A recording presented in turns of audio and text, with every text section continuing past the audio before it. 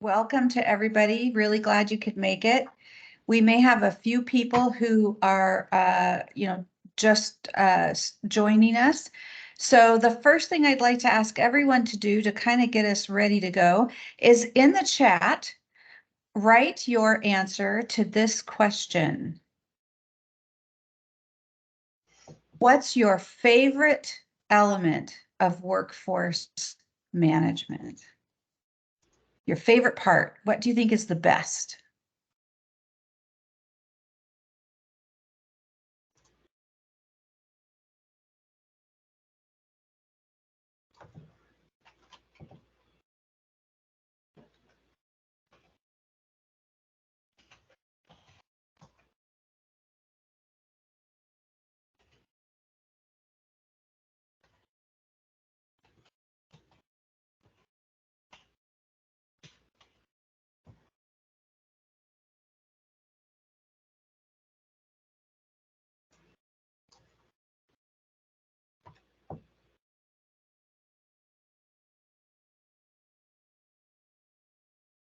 Awesome.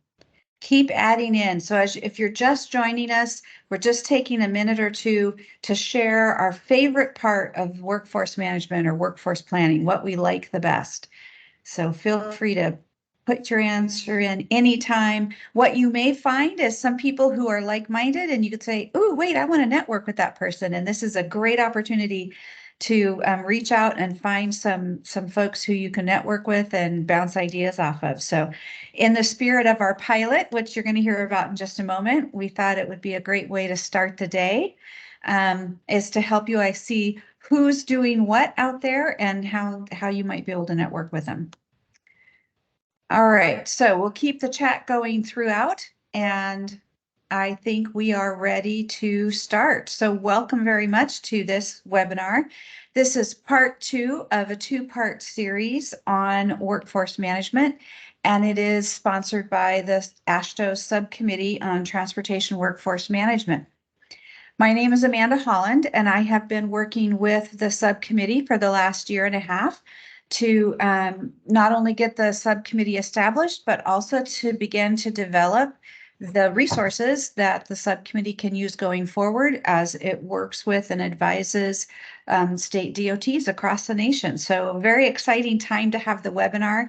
This is probably my favorite type of webinar because if you'll recall, the first part of this series happened on May 23rd, and we introduced the Playbook, which is one of the resources the subcommittee has created for state DOTs. Now we get to hear from 3 different state DOTs who've actually used that Playbook and applied pieces of it to their workforce management journey to date. They're going to let us know what they've done and what's happening with their states. And I think that's going to be a really exciting feedback, a loop for us to hear what's working, what's not working, and where they want to go next. It also can help prepare all of us for the July 17th Agency Administration Managing Committee Conference in Long Beach, California, where we'll have a workforce management workshop, and we'll tell you more about that at the end of this webinar. So before we introduce our first state, which will be Karen with Minnesota DOT, I've been asked to just give you a quick reminder of the 8 steps of the workforce management model that the subcommittee is recommending. So very quickly, I will share my screen and show you those 8 steps, and then we'll move it right on to Karen.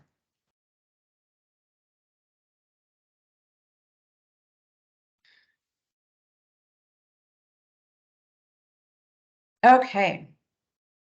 So you should be able to see the slideshow with the 8 steps. Our first step, so again, these steps, these transportation workforce management steps come from our source document, which is the National Cooperative Highway Research Program Domestic Scan 19-02. They had a model that they put together, and this is outlining those steps, and that playbook is designed around these steps. These steps represent best practices for the transportation industry for workforce management. First step is aligning with strategic direction, making sure that any workforce plan you have supports the agency mission and strategic plan. Second is looking at the organization as a whole, reviewing it to see if there are you can do assessments to see if there are certain areas of the organization you really want to focus on, and organizational assessments could include something like what we call a climate survey or an employee engagement survey, things that really help you get a good feel for where the agency is. Could also include looking at reviewing and updating policies and procedures or the way the organization is structured. Next comes defining the current state of work, workforce, and workplace. And in the playbook, we do have a section that discusses the difference between work, workforce, and workplace. Fourth step is identifying the future state. So first you figure out where you are, and then you figure out where you want to go. And then in your fifth step, you do that analysis to say, what's the difference between where we are today and where we want to go? That's your gap analysis. Once you've identified and prioritized the gaps, then you move to step 6, where you can begin to develop strategies to address those gaps. We also have step 7, which is really important part of workforce management. It's where you document what you've learned, and it's also where you lay out that plan or that strategic initiative if your department is going in that direction. I like to think of it as the nuts and bolts, the work breakdown structure, where we have tasks and owners and due dates and descriptions of those tasks. And then finally, we have step number 8, which is an ongoing step where you're monitoring and evaluating the workforce management plan to make sure that it is, in fact, working the way you expected it to and providing the results that you expect.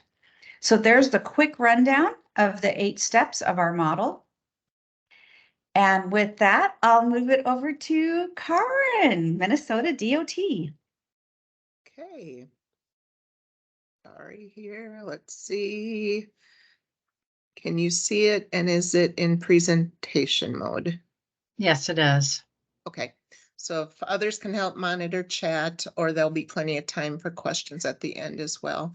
So good afternoon. I'm Karen Van Dyke. I'm the Assistant Commissioner for Workforce and Agency Services for Minnesota Department of Transportation.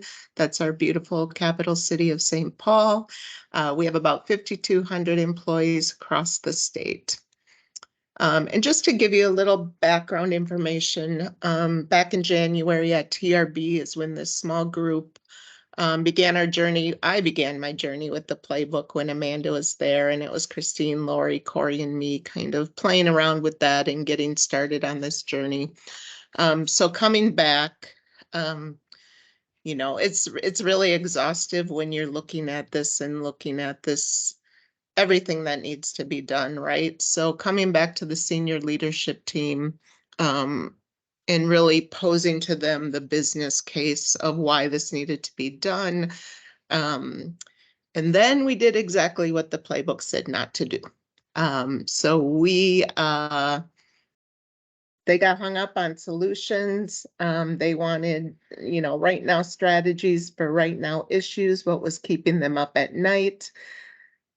So we pivoted a little bit. What we did, they understood the need for this strategic plan, but we pivoted because I thought it was the only way we could get buy-in going forward. So what we did is, this was part of the background to them. There was another slide before this on workforce planning efforts.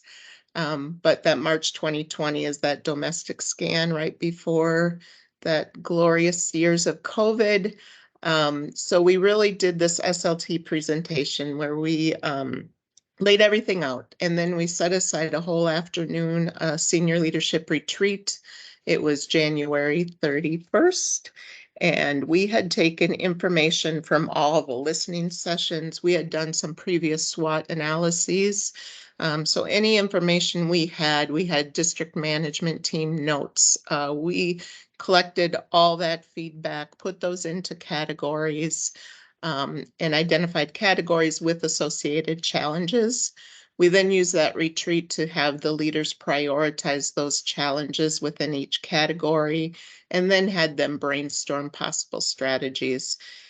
We then broke it down to, 0 to 3 months, low hanging fruit, 3 to 6, 6+. And to tell you the truth, I mean, a lot of them, not a lot, but there were many that were just an opportunity to re-educate them or think about doing something different. And the rest are going to go into that longer term planning. So I don't know why my slide's not advancing here. 1 second, my apologies. Oh, here we go. So these were the challenge categories and associated with those, and you can see a lot of these are going to fall right in with the workforce planning. We did not have a small group that met on data and measurements. MMB is our umbrella agency, so they are over all the state agencies. And then we were just real truthful and upfront about comp and benefits. We know that's an issue. We know we're not able to compete with city and county. All that had been presented to MMB and our bargaining kicked off about March or April. So we just took that off the table to start with. And then just setting the stage for them. And this probably will not be too much different than what you've seen in your state as well. This is from our state demographer. And maybe the only difference is you don't have snow and ice and cold to drive your people out of the state, but we are also known as a net exporter. So historically, we're losing people to other states. And then we have data. So again, much like you probably, our largest age group is that 50 to 59 at 30%. We have the potential retirements, and age 62 are eligible for Rule of 90, which is really phasing out. We probably have about under 10% that are still eligible for that Rule of 90. And we are actually in a much better position here than we were 5 years ago. And if we looked at it then, we were even at 40% in some of these years for retirement eligible. And then looking at where we're going to probably have the most potential retirements, if we look at those first 3 classifications, those are all our frontline maintenance folks. So really an impact there. And we know what we're experiencing with CDL drivers out there and the inability to get those applicants. And that's really where we started with the strategic alignment, and really important to us. And the playbook says, start with what you already have. We had a goal here that we did not want to duplicate things or create more work for people. And there was already a lot going on. So we do have our One Minnesota plan. That's the governor's plan for the state, which includes, I didn't put the whole thing here, but has some workforce goals on there. This was just launched. We have our strategic operating plan. This here is the old one with the workforce excellence goals. Ours will be launched, our fiscal year starts July 1st, so our new one will be launched here probably within a week or so. But again, these were our goals. Then obviously still a big focus, probably more goals with the next iteration, more goals, strategies, measures, and milestones. So everything's aligning there. And then going into a combination 2 and 3 on current state, we really spent more time on current state. And with that goal, how do we get all these efforts and energy around workforce? And really, that's all people are talking about these days, but how do we get that under one umbrella? And we did have this Workforce Planning Council that we developed and proposed in 2019. At that time, the strategic operating plan was just also being developed. So the priority went to creating those goals around workforce excellence. And this got tabled, and then COVID, and now so we're ready to relaunch this Workforce Planning Council, which I'll talk about a little more in depth later. But really, this planning council will take responsibility for a lot of these efforts. Our employee engagement action plan, We did just receive new results this morning, so that steering core team will make any changes there. Our operations division, which is about 2/3 of the agency, created their own recruitment and retention strategy team. So working closely with subject matter experts, they have some energy around this work as well, but they've divided it into different phases here on short, mid, and long term. And, we are anticipating that all this work will become aligned here closely with our work. We have our Office of Equity and Diversity, which also has our unified strategic plan around DEI. And then we have what we call EVO, Evolving Vision and Opportunity, which is just talking about modernization of the workplace, but as well, how do we do our work differently in a hybrid setting? What resources are needed? That will fall under that umbrella. We also have, each office and district has a business plan, which will roll up here too to help us set some priorities. We do have very robust data. We have put together human capital reports in 2006, but just in current state, it will really be just a matter of measuring what matters. We measure a lot, but really tying that to where the priorities are. So we're about right here where we're just digging into future state, and really looking at, the ops group has also contracted with the University of Minnesota. They'll be looking at some trends, external factors, some curriculum in the industry, but also relying heavily on our AASHTO resources. And our next steps here, I've talked about the Workforce Planning Council. We are close to finalizing the charter on that, hoping to get something kicked off here within the next month. And that's really cross-representation of the agency at a high level, and that umbrella for all the workforce efforts. So as well as being responsible for the measures in the strategic operating plan, also the driver of the workforce plan, and developing all the other priorities, and really looking to this group to be a decision-making body with some regular updates to the senior leadership team.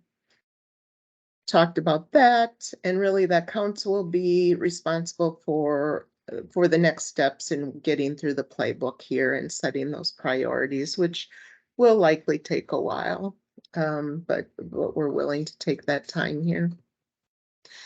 And just want to introduce, this is the team that's working on that. Cindy is, I don't think, on the call today, but she's primarily been working with operations on those plans there. So I just wanted to, if Corey and Bonnie want to put on their cameras.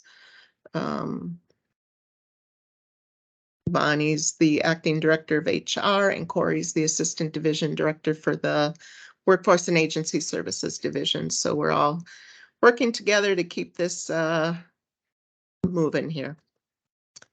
And that's all I have, unless people have questions at this point. What questions do folks have? We have built some time into our agenda. Go ahead and raise your hand if you have a question. Don't be shy. That's why we're sharing today.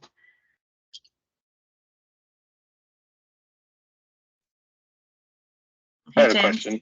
Hey, Great. so on kind of the cultural change, what have you seen, from, leadership management, of just the realization of how much things have changed? We're struggling with that not necessarily clicking, and the expectations of, we got a program to move, don't stop, don't slow down. How have you been handling that? As far as this work, people have been really committed to it, and really know that it's an integral part of how they're delivering business. And part of the work that they're also working on is, what if they can't fill their positions?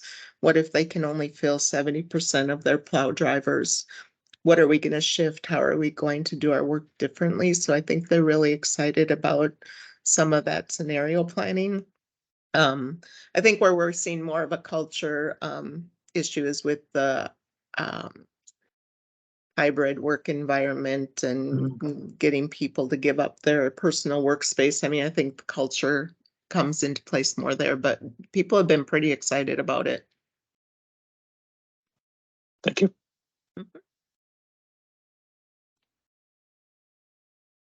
Any other questions? Go ahead, Brian. Hey, Karen. Can you talk a little bit about how you handled that conversation when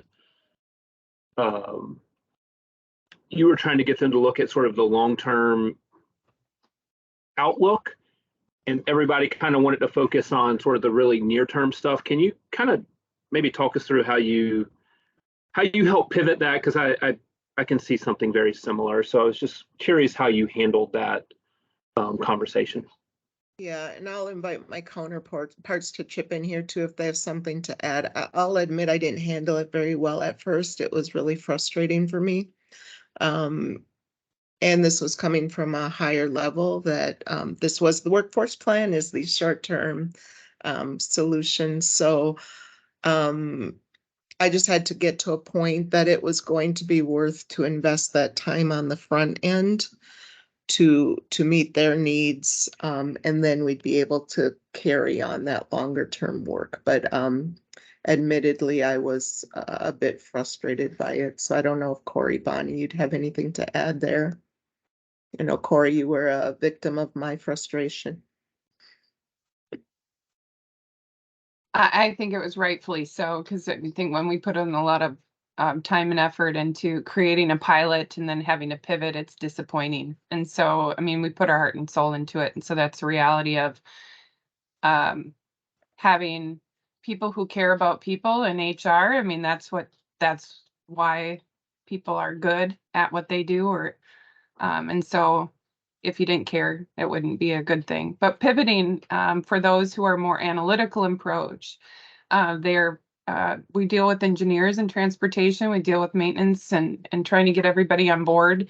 That was today's problem. And so we also knew that if we didn't shift, we wouldn't get the buy-in to get the long-term plan. So it was a means to the end.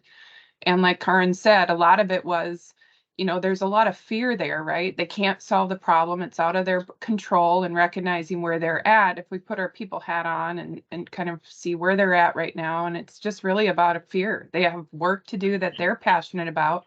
They don't have staff they can get to, and to get to where they need to be to deliver the products and services they're called to provide. So there's a lot of fear there of their own integrity on the line too. And so recognizing that and then helping them to see where, what we needed to do to be able to meet their immediate needs and also help them go through the process was really important. And recognizing that once they started answering their own questions, to say these are the things that we need to be able to meet the near term, and then having HR already prepared, and WAS, or Workforce and Agency Services, already prepared to answer that question, to say, okay, we understand this is what we've heard, these are what you need. And then like the next week, we were able to bring back feedback to say, this is where we're at. These are the tools that already meet those needs. And a lot of it, like Karen said in her presentation, was re-educating people. You have the tools, you just need to remember that, because they're in react mode. And so I think it was helpful, and it really kind of helped get the buy-in we need to stand up the Workforce Planning Council. I see Bonnie's count. Well, so no, I'll I let her don't talk. have anything to add. I think that you covered it in depth, and Karen, you did too. So anyway, thanks. Thank you, guys.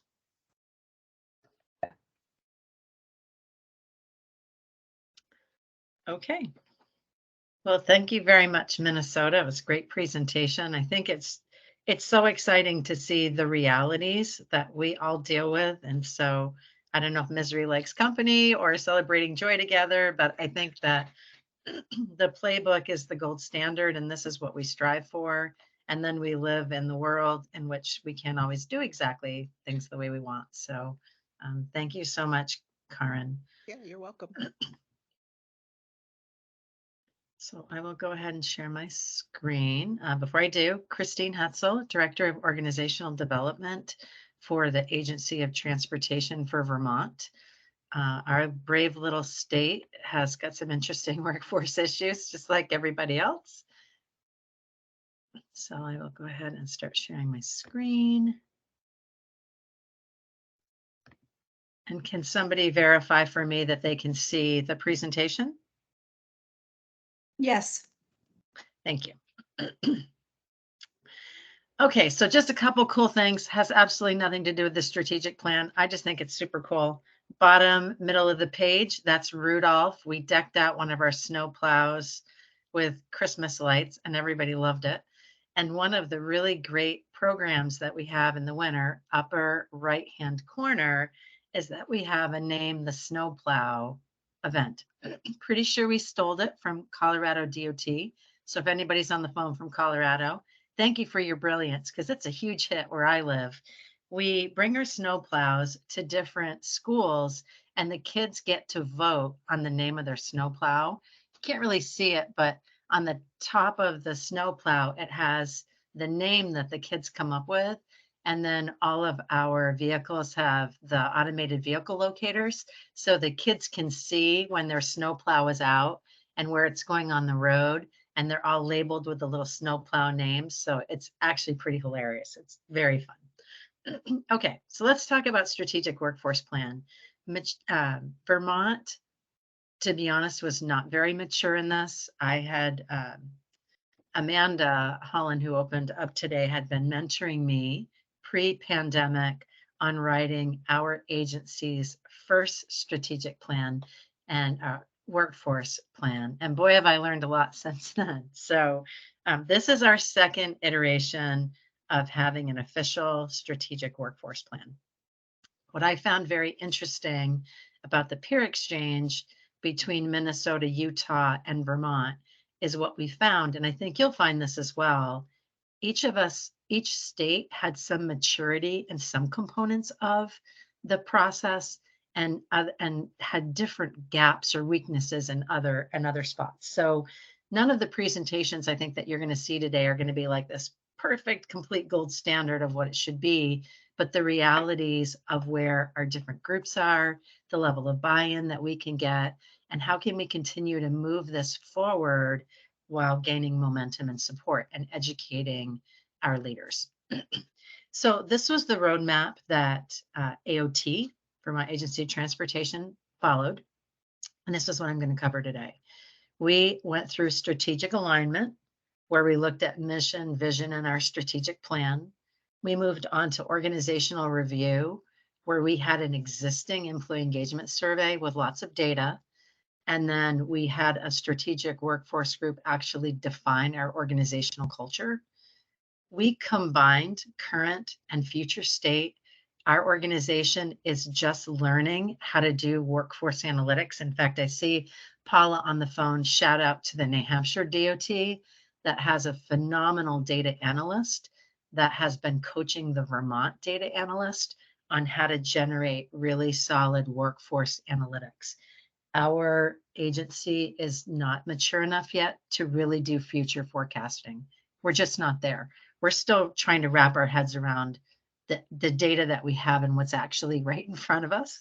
So that's where our focus was, and I'll show you information on that.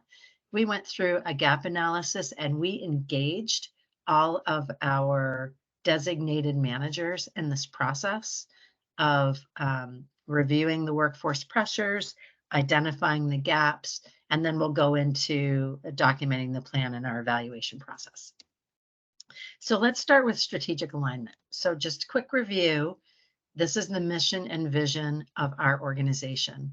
And one of the things that I'm really proud of at AOT is in our agency strategic plan, goal number 1 is all about the workforce.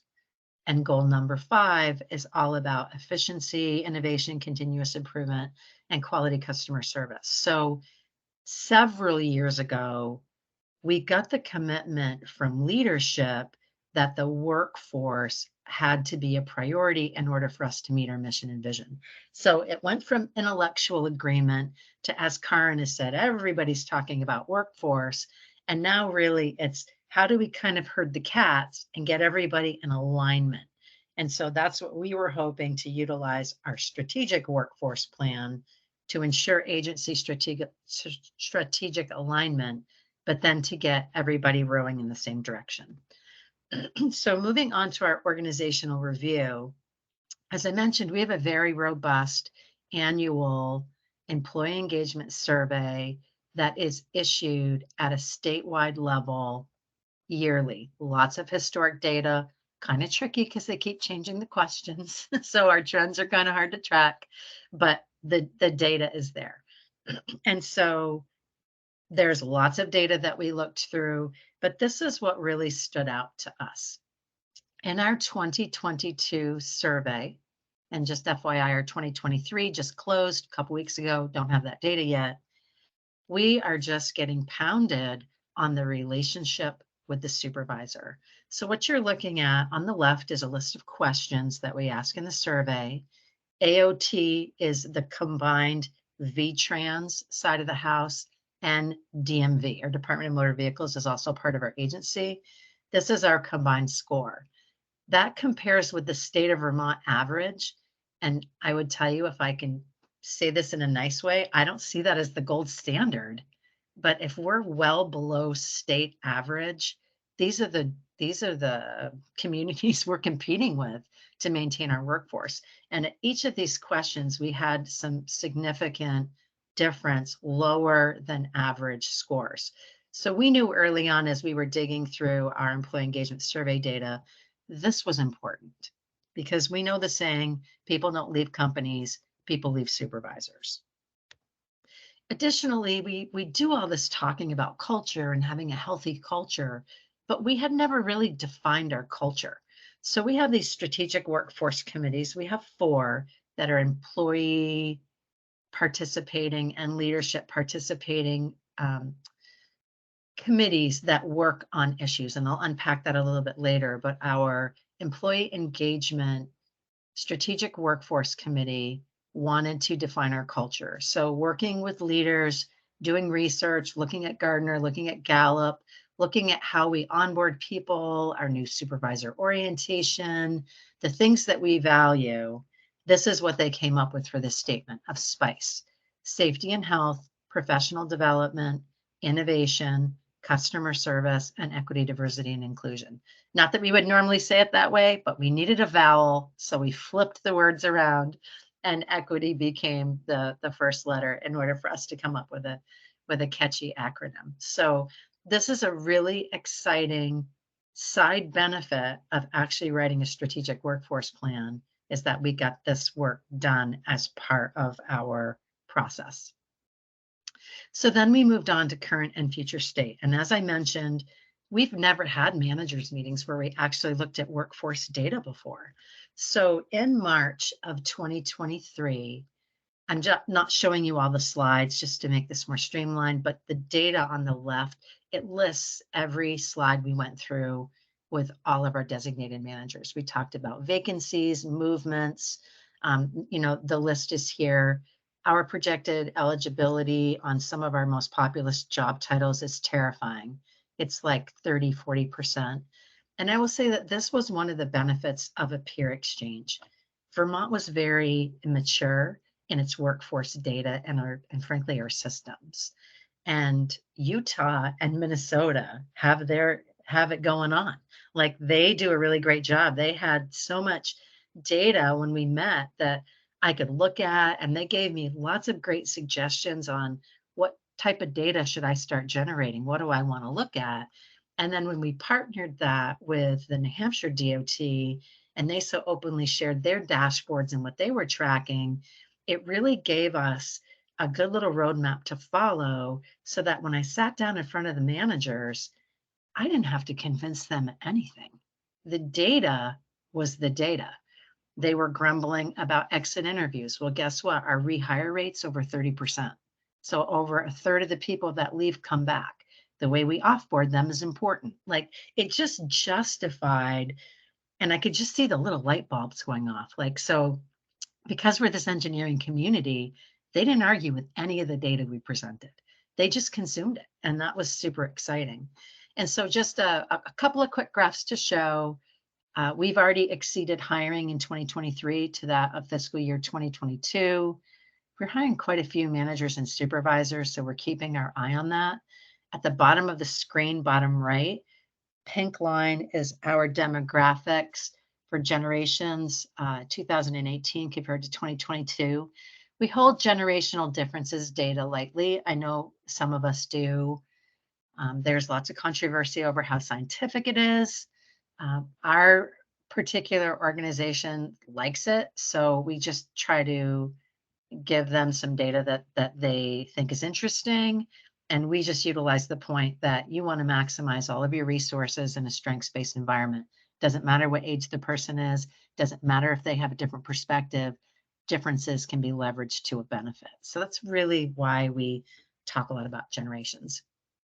So from there, in this workshop, I had 1 hour. I had 1 hour to unpack data, unpack gaps, and get them working on it. So it's not like we had a lot of time. So we moved quickly. So we brought forth 10, and I know you can't read it, and that's okay. We brought forth 10 workforce pressures that we said, as we look at the data, as we went through the process up until this point of the organizational alignment, strategic alignment, when we looked at everything, we felt like here are the top 10 things that we think are gaps or pressures in our organization. We walked through them. We had them look at it. We asked them if they agreed. Everybody agreed, yes, those are the pressures. We threw up a Mentimeter. We had them vote on their priorities, and we had them pick 5. And so these are the 5 that they picked as priorities that we wanted to address. Supervisors and managers providing meaningful feedback, formalizing succession planning, improving knowledge management, yay. Supervisors and managers building more cohesive teams to support modernized, flexible, and healthy organizational culture. AOT has maintained an incredibly liberal hybrid work approach, much more liberal than many of the other DOTs that I've seen. So we still have a large majority of our staff that is teleworking and that is now working in a hybrid model with collaboration days, and then building more visible career paths for the workforce. So what we did with these top 5 is we immediately moved all of our designated managers and our designated managers. And to be fair, we're small. So there's about 75 or 80 that were there that day. We moved them into breakout sessions. It was hybrid. So we had online breakout sessions. We had in-person breakout sessions. And each of the breakout groups was given one of these 5 to work on, and had them solution. Like, what are the solutions? Make it measurable, make it actionable. And it was really an interesting process. Do I think that I probably could have come up with these solutions? Sure. I don't think there was anything that they came up with that was really revolutionary, but that wasn't the point. The point was they were now wrestling with these issues, and what were they willing to do about it? Because I can develop programming all I want. They have to execute on it, right? We aren't the people that have to be boots on the ground executing everything. The supervisors and managers do. And it was really interesting, like the energy that got generated in the room and them sharing with each other what their thoughts were. It was a phenomenal experience for everybody, to the point where now I'm on the quarterly managers meeting schedule from here till, I don't know, when I retire, I guess, because they want more. So now we talk about addressing gaps. So we took what they suggested, and I'm just going to go back one. We took what they suggested, we fine-tuned it, and then I did another tour of going back to each of the divisions and talking with them about it and saying, you know, this is what you're saying. Are you really committed to this? Are you going to be able to pull this off? Because I don't want to put something in the strategic workforce plan that you're not going to agree to. And we stuck with what they suggested. So I would remind them, these were the pressures. This is what you voted on. This is what you said. So now we're honing it in. So this is what this means. Are you sure? And I kept waiting for resistance. Like, oh my God, Christine, we can't do that. I don't have time to do that. And they were like, no, yeah, no, you're right. And when we really started pushing on timing, the pushback that I got was really around like, how are we going to have time to do this? And then we started talking about how long is it taking you to onboard new people? How long is it taking you to recruit? If you could cut your turnover, would it give you more time? And so I wasn't prepared for the lack of resistance that I got. Everybody just kind of got it. And what folks are telling me, the reason why they feel like we're not experiencing resistance is because we keep having the same conversation. I had the same conversation with them in March, April, May, and June. And so by the time they got to the plan, they were like, well, yeah, that's all the stuff we've been talking about. So these were the goals that we put forward and were accepted a couple of weeks ago by our agency secretary, our executive leadership team, and all of our designated managers. We are being very focused and we want to go after employee check-ins. We are putting a mandate in place that's starting on October 1st. Every manager and supervisor must have at a minimum a monthly virtual or in-person check-in with each of their direct reports, all the way down the food chain, every single one. We did not get support for this with our Department of Motor Vehicles. They're in a large modernization project, and so they were willing to sign off on it being suggested. But all of the transportation side of the house, everybody's in, everybody's going to do it. All of the groups agreed to goal number 2, which is mandatory annual supervisor and manager training. So my team in civil rights are going to be building a half-day training on how to do performance management, coaching feedback, best practices on this goal 1 of the mandatory check-ins. So we're going to give them, 3 or 4 different formats that they can follow. We're not dictating what format they do. They can do it in any way they want. It just has to be done. And they have to report to their leader that it's done because we're going to track the compliance. So we're going to do a 4-hour workshop on that, do some exercises. We are going to introduce a little bit about resiliency and burnout. Our folks, we're having a lot of burnout and our leaders are exhausted. And so we really want to kind of address that. And then for the remainder of the year, there's an additional 4 hours of mandatory supervisor training at the selection of the supervisor or manager. So our training center is called VTTC, and we're going to be giving, talking points monthly, and we're going to be highlighting book discussions and other leadership programming, e-learning that they can choose from, but they get to choose how they want to spend their other 4 hours. And we're really hoping, again, that that's going to create a little bit of interest and engagement. And my 15-year-old cat just walked in, so hopefully you can't hear her saying hello. I attended the Gallup at Work Summit a couple of weeks ago, and I was just so validated that they just talked about check-ins over and over and over again. And this was a statistic they put out a couple of weeks ago. 80% of employees who report receiving meaningful feedback in the last week are engaged. And that's just about double what our national average is right now. So that's what we're going for in AOT starting July 1st. I was asked not to put the employee check-ins as mandatory on July 1st, because that was my original plan. July 1st with an e-learning, have people come together live for training in the fall after summer vacations. Some of the managers felt like some of their supervisors may do more damage than good. So they wanted them fully trained first. So we are going to be doing it regionally.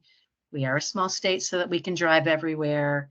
We think we need about 25 classes to get all of our managers and supervisors through. There's about 250 of them, and they're sprinkled throughout the state. So some classes will be larger than others, but we're going to have it done before the end of October, which means everybody can have a check-in in October. For fiscal year 2025, and we're speeding up here, we want to look at decreasing our average time to recruit, hire, and fill by at least 10%. Right now, it takes us 69 days to fill a position, and folks are not getting first choice candidates because they've accepted another job. We also want supervisors to invest in building cohesive teams that support modern, flexible, and healthy organizational culture. We are going to be going after those knowledge management practices and working with the ASTRO Committee on Knowledge Management. And then we're going to sustain this annual training requirement. I've not attached hours to it yet. I didn't want to box myself into 8 hours because I actually had some directors that wanted it to be 16 and others that wanted it to be 4. So we're going to take our FY 2024, do our 8-hour mandate and see what that looks like. But these goals will be part of the training that they receive in their kickoff of FY 2025. In addition to that, as I mentioned briefly, we have 4 strategic workforce committees, employee committees that work on a variety of issues. We have an employee engagement and retention committee that's going to be digesting our 2023 employee engagement survey results and then really applying that culture statement that we showed earlier. The learning and development group is going to start digging into knowledge management. We're doing a pilot right now. Thank you, Utah, on giving a job book to us that we're working through. Talent acquisition is working on tools for our supervisor toolkit, and then the managers and supervisors on feedback. So with that, with the goals and with the strategic workforce committees, we will have addressed all 5 of the items that the supervisors voted on. This is the work plan, nothing too exciting. And we're going to be utilizing managers meetings, dashboards, and things in order to track our progress. And I know I'm out of time, so I'm going to stop sharing. I would say if anybody has a quick question, otherwise I'm going to hand off to Utah because I don't want to take up too much airtime. Anybody have a quick burning question? Okay. Lori, are you there? I am. Hello, everyone. Okay. Let me just get this slideshow on the road. So oh, I see.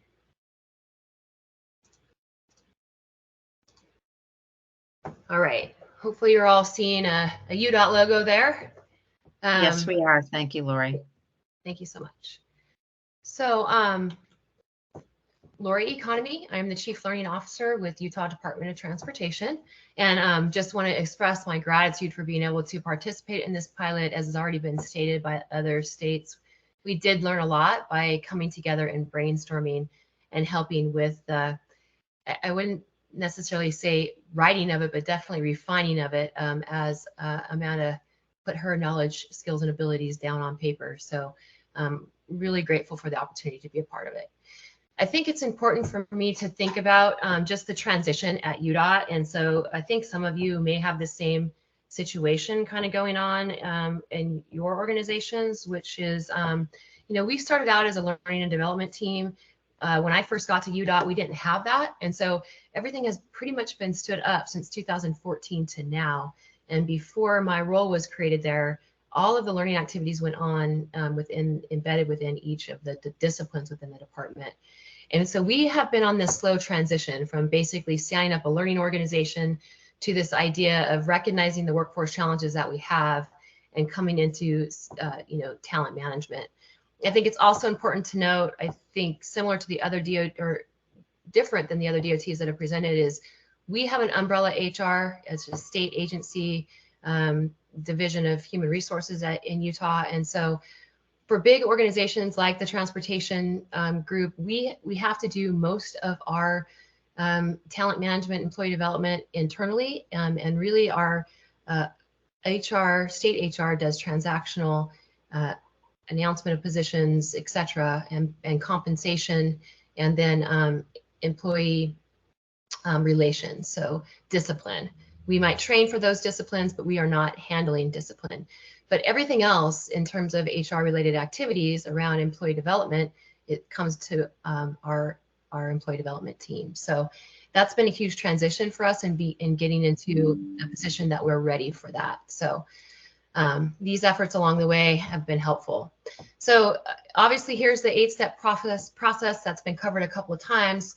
But what I wanted to talk about is for UDOT, we too, as has been kind of talked about, had to pay attention to when we were at TRB in January, we all had great ideas about what was going to happen.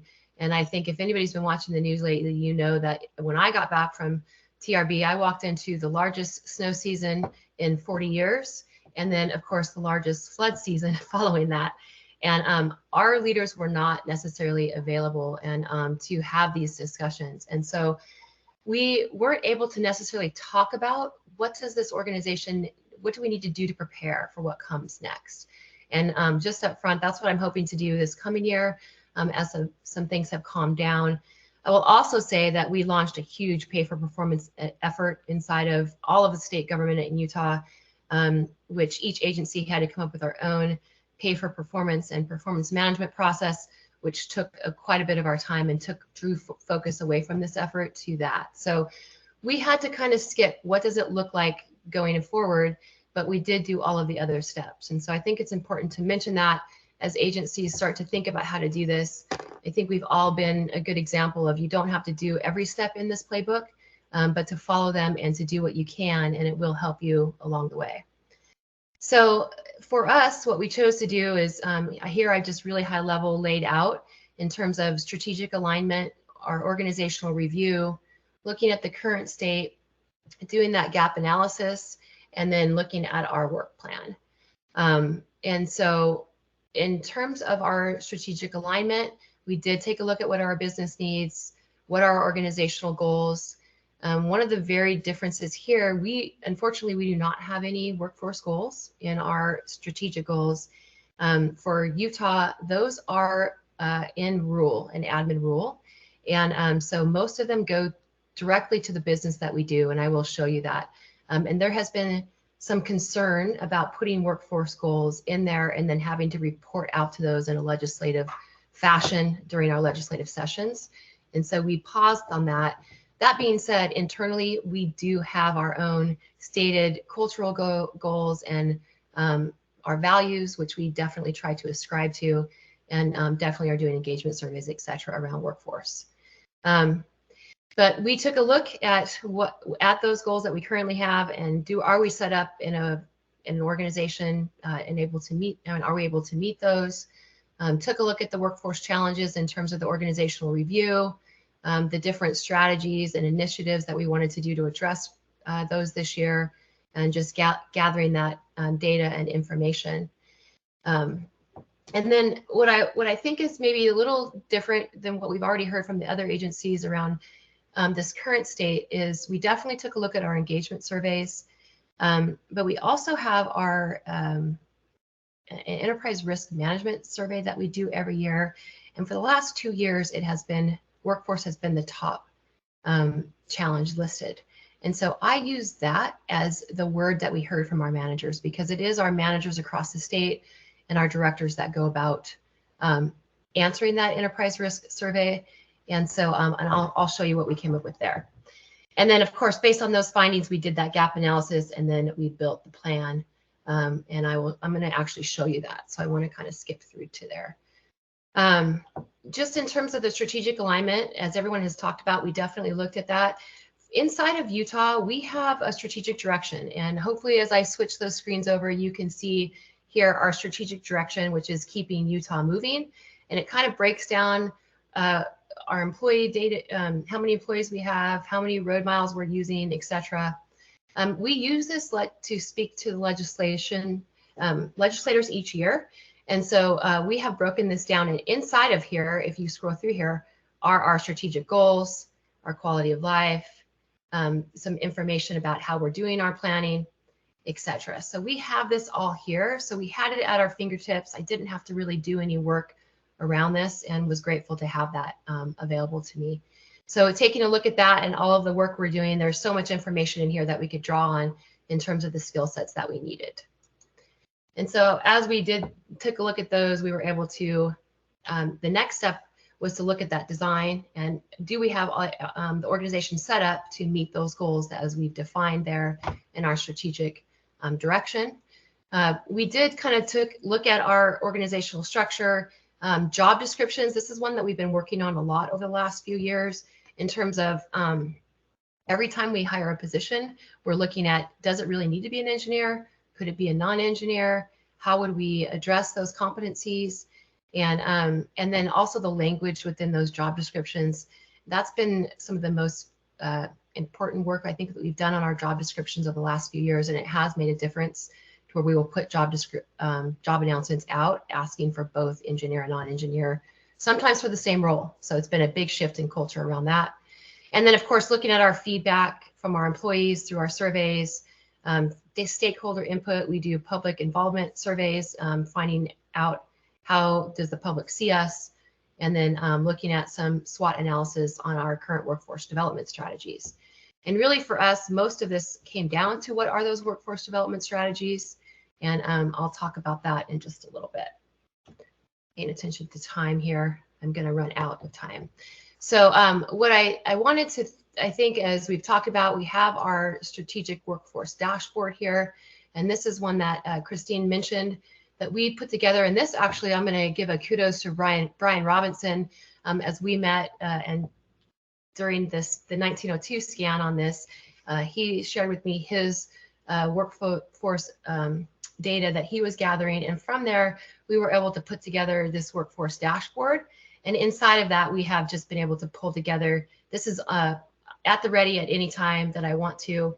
I can start to look at what are our counts, where's the biggest vacancies. I can sort here on that, and it'll show me where the biggest vacancies are. So we were able to pull that together, and it's been really helpful. So again, we're doing Gallup surveys like many others. This year we launched a teamwork, inclusion, and belonging survey in terms of understanding what that looks like across our organization. We too have some challenges with supervisors, people feeling like they belong inside of our organization. Well, we believe we do, but we're not sure that we do. And so we're actually going to do some survey to understand what that looks like. And then in terms of understanding our current state, this is our enterprise risk assessment, that I think is important to lay out because it really helped us see our workforce challenges. And you can see here that we had 21 workforce challenges identified across our organization from different groups, and they laid out their risks concerns. And inside of this risk concern is what we use in order to develop our plan. And they are all things that you have all mentioned already. And we're grateful to have this process in place and to continue to be able to follow up on it every year. So let me just skip ahead in terms of the, I think what I would like to show, which I don't think has been shown, is really what we did for our plan here.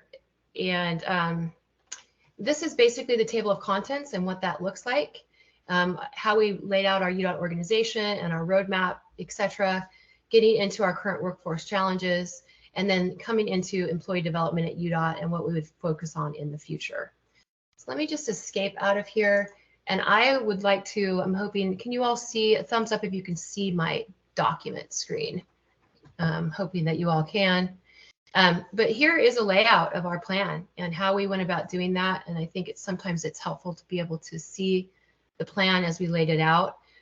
Here is really what we will be focusing on. And really it is that employee life cycle and how we will be going forward doing that. The recruitment is one of our biggest challenges this year. We do have a recruitment workforce committee that we put into place. We already have a culture special ops committee that we have in place that's helping us with our learning and development strategy and developing our leaders. And then we have a performance management group in place. As I said, we had a huge effort on updating and modernizing our performance management structures this year within the state. And then I would say the other part that's really important as I scroll down here, here's our org chart, but in our workforce data, as I put it into the report, I'm scrolling quickly and probably making you all sick. What I want to get to is this workforce plan. Here's very specific things that we're going to be doing at a high level. Amanda mentioned that work plan at the front end. I do have action steps and who owns this, etc. But these are specific efforts that we plan to do in terms of recruitment, engagement, skill.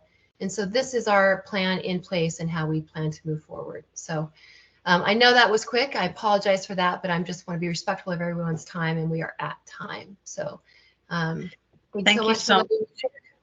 Yeah, thank you so much, Lori. So the presenters, if we can hang on just a couple minutes, if folks have other questions, we are at time.